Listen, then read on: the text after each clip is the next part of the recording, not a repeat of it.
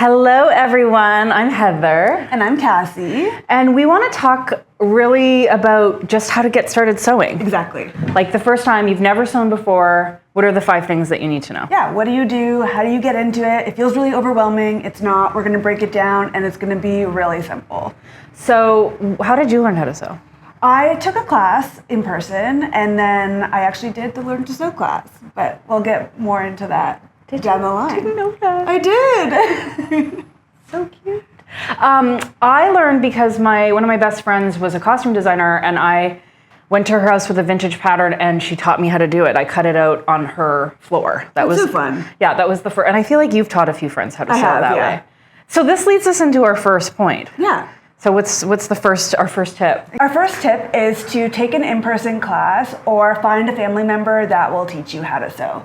So I did an in-person class in Toronto. It was great. I really loved it. We went over the basics. I sewed a pillowcase. I don't know where that pillowcase is, but I did sew a pillowcase. We don't know where any of the first projects are. Just know that the first thing you sew 5 years from now, you're going to be like, I don't know where it went, and it's fine. That's what's supposed to happen. Exactly. Yeah. So I sewed a pillowcase, and then after that, I just kind of experimented. But the first thing that I did was take that class. But I also think that sitting down with a friend, someone who knows how to sew, like you did, is a really great way to get started. Family member, grandma, auntie, whoever. Yeah. Whoever knows how. If you know anybody how to sew, and I guess why we're recommending that is because it just kind of gives you a taste for it. Yeah, it gives you a taste for it. You can see if you actually like it. And it also just helps you. I find people are really afraid of sewing machines. Yeah. They think they're really intimidating, and they're really not. It just becomes an extension of yourself once you start to learn how to sew. But getting there, like turning on the machine, threading the machine,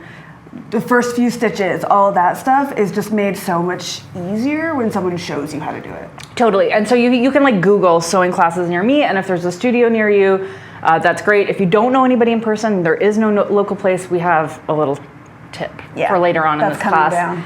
If you are just at home and you don't have those resources, another way that you can learn how to sew. But I think this is an awesome tip because sewing can be expensive, and like just investing, getting a machine, all that stuff. When you're just getting started, I think just having something like low pressure, low stakes to get started is awesome. Okay, number 2 step to sewing your own clothes is getting a sewing machine.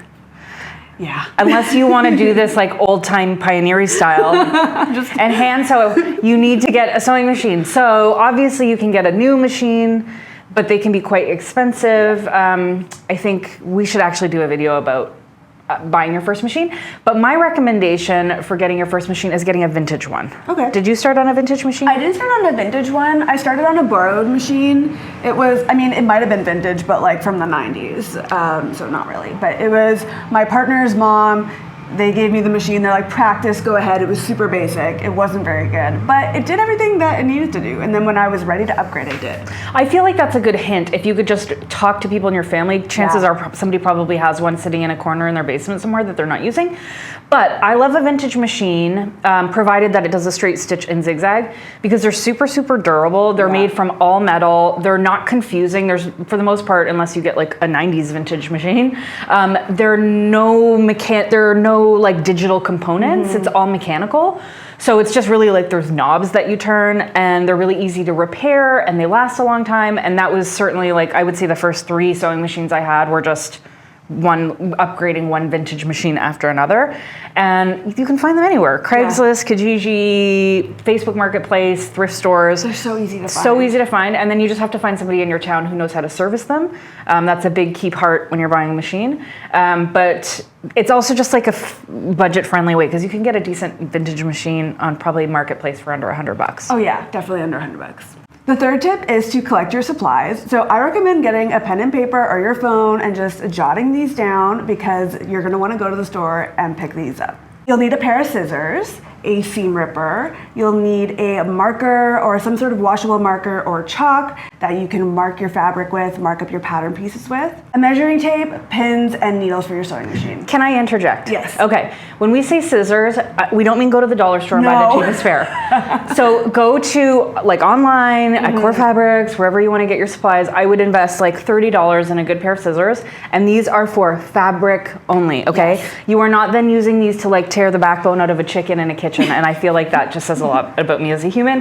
These are like fabric scissors, very important. And I would add, I think it's overwhelming when you're getting started because there's like, you go into a sewing machine or sewing store and there's like a wall of supplies. You're like, what do I get? Those are like the good basics. And then there's a ton of stuff that you can slowly add to kind of help your practice later on. You also need a good iron, one that has a strong seam setting. That is pretty important. You are going to be doing a lot of pressing when you are sewing. Pressing is different than ironing. That's a whole other video that we can get into. But essentially you want an iron because every time you sew a seam, you're going to be pressing it in some way.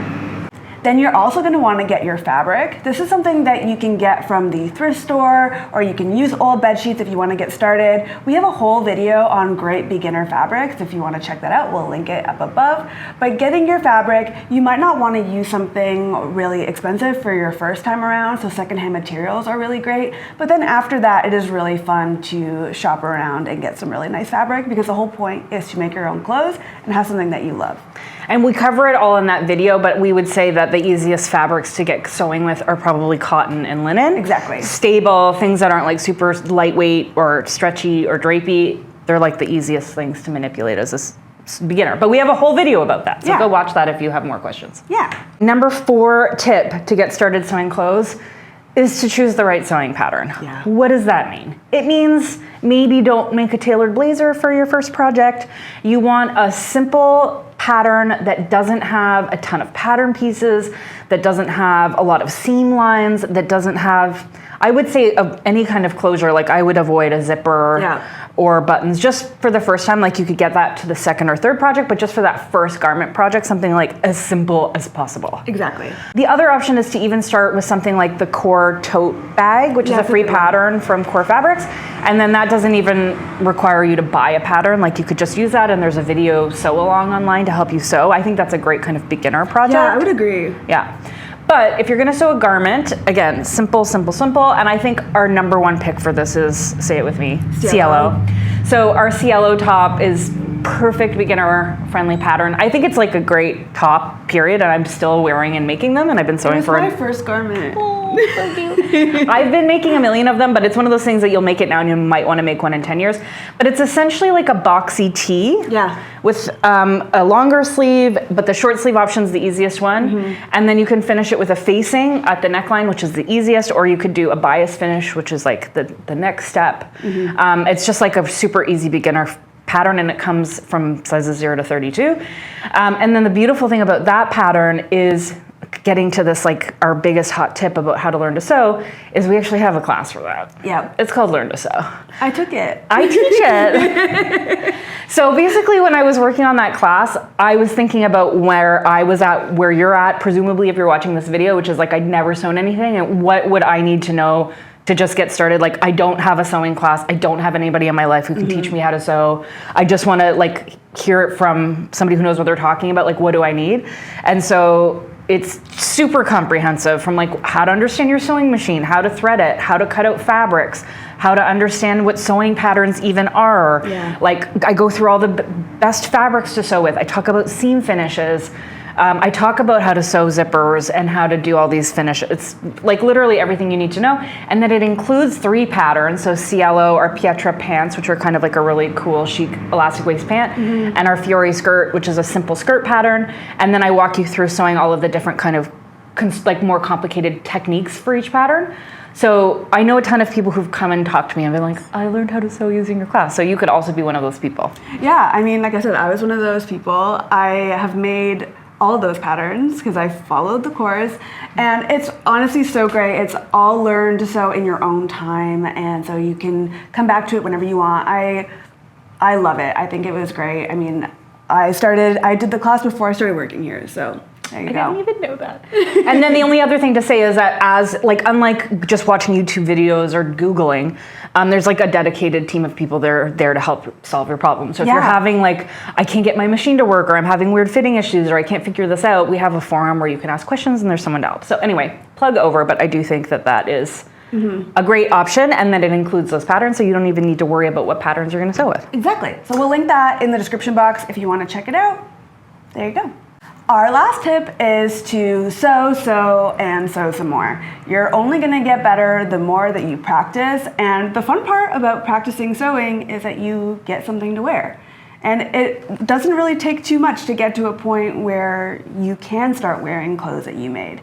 I will say to go in open-minded. It might not be the best work at the beginning. It actually won't be, but that's okay. It's a really fun adventure. We love making our own clothes. It is really satisfying to go out in the world and have someone say to you, I love your outfit, and then you can tell them, thanks, I made it.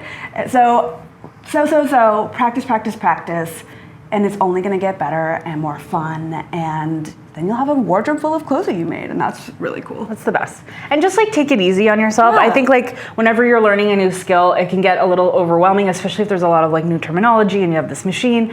And it's just what I'm always kind of trying to communicate to people is just to have fun and enjoy this learning progress and like process.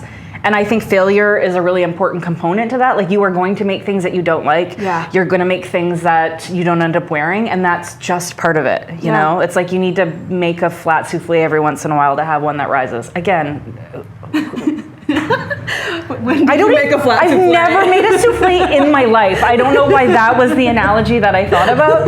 But have fun, be like kind to yourself, have patience, and also like push yourself. Yeah. And get ambitious. And that again is like pushing yourself to learn those new skills and make the things that you think you're like not quite good enough to sew is how you actually get good enough to sew them. Exactly. If you like this video and you are looking for more tips as a beginner, I highly recommend watching this video right here. We talk about beginner sewing mistakes. It's Heather and I, and we get into some of this stuff, but there's a lot of good gems in there, and the comment section is also really good. Thank you so much. Thanks, everybody. Bye.